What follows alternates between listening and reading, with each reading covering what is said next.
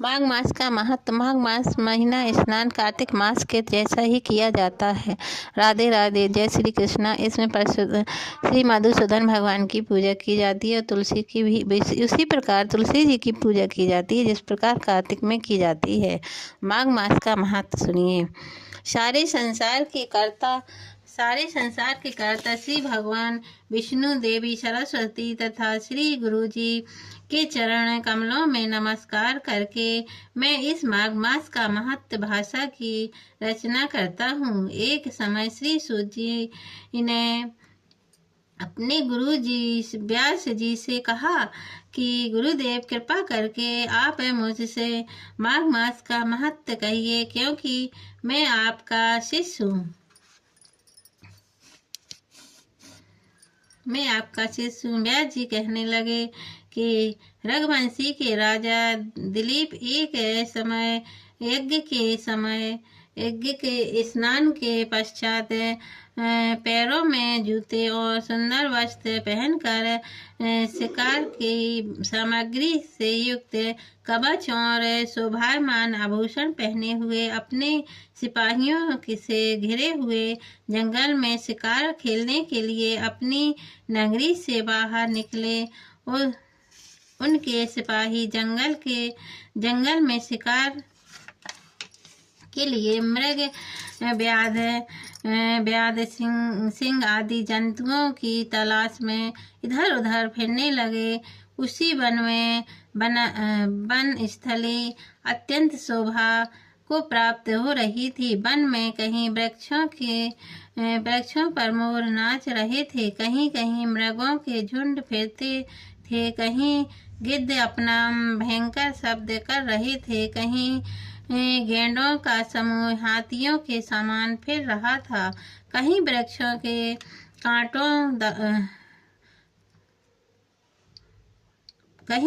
के कोटरों में बैठे हुए उल्लू अपना भयंकर शब्द कर रहे थे, कहीं सिंहों के पद चिन्ह के समान घायल मृगों के रक्त से भूमि लाल हो रही थी, कहीं दूध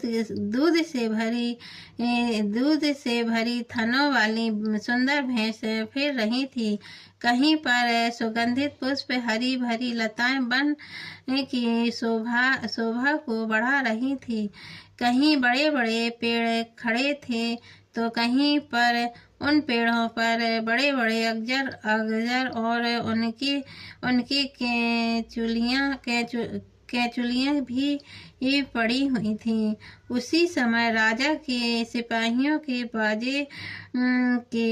बाजे की आवाज सुनकर एक मृग वन में से निकलकर भागने लगा और बड़ी बड़ी चौकड़ियां भरता हुआ आगे बढ़ा। राजा ने उसके पीछे अपना घोड़ा दौड़ाया,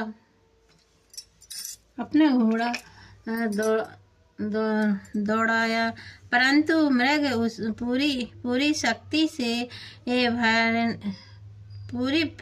से भागने लगा। मृग कांटोदार वृक्षों के एक जंगल में घुसा और राजा ने भी उसके पीछे वन में प्रवेश किया, परंतु दूर जाकर मृग राजा की दृष्टि से ओझल होकर कहीं निकल गया। राजा निर्जल वन में अपने सैनिकों सहित प्यास के मारे अति दुखी हो गए। दोपहर के समय अधिक मार्ग पर चलने से सैनिक थक गए और घोड़े रुक गए। कुछ थोड़ी देर बार राजा ने एक बड़ा भारी सुंदर सरोवर देखा, जिसके किनारे पर घने वृक्ष थे। इसका जल सज्जनों के हृदय के समान स्वच्छ और पवित्र था। सरोवर का जल लहरों से बड़ा सुंदर लगता था। जल अनेक प्रकार के जल जंतु, मछलियां आदि स्वच्छता से इधर उधर फिर रही थी। दुष्टों के समान निर्दयी चित्त वाले मगरमच्छ भी थे। किसी किसी जगह लोभी के घर के सामने शिमला भी पड़ी हुई थी। जैसे जैसे विपत्ति में पड़े हुए लोगों के दुखों को हरने वाले दानी पुरुष के समान यह सरोवर अपने जल से आप सबको सुखी करता था। जैसे मेघ चातक के दुख का हरता है, इस सरोवर को देखकर राजा की थकान दूर हो गई। रात्रि को राजा ने वहीं विश्राम किया और सैनिक पहरा देने लगे और चारों तरफ फैल गए।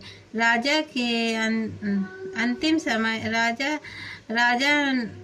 की रात के अंतिम समय में सूरों के एक झुंड ने आकर सरोवर में पानी पिया और कमल के झुंड के पास आया।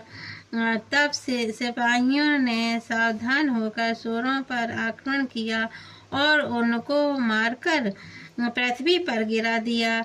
उसी समय शिकारी कोलाहल करते हुए बड़ी प्रसन्नता के साथ राजा के पास गए और राजा प्रभात हुआ देखकर उनके साथ ही अपनी नगरी की तरफ चल पड़ा। रास्ते में एक तपस्वी को देखा जिसका शरीर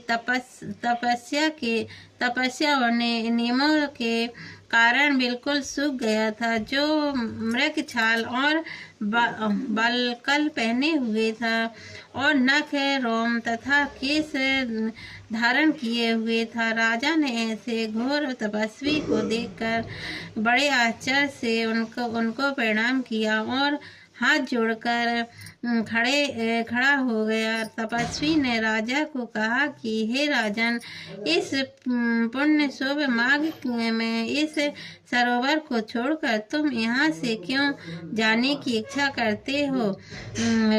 तब राजा कहने लगा कि महात्मन में तो माघ मास के स्नान के फल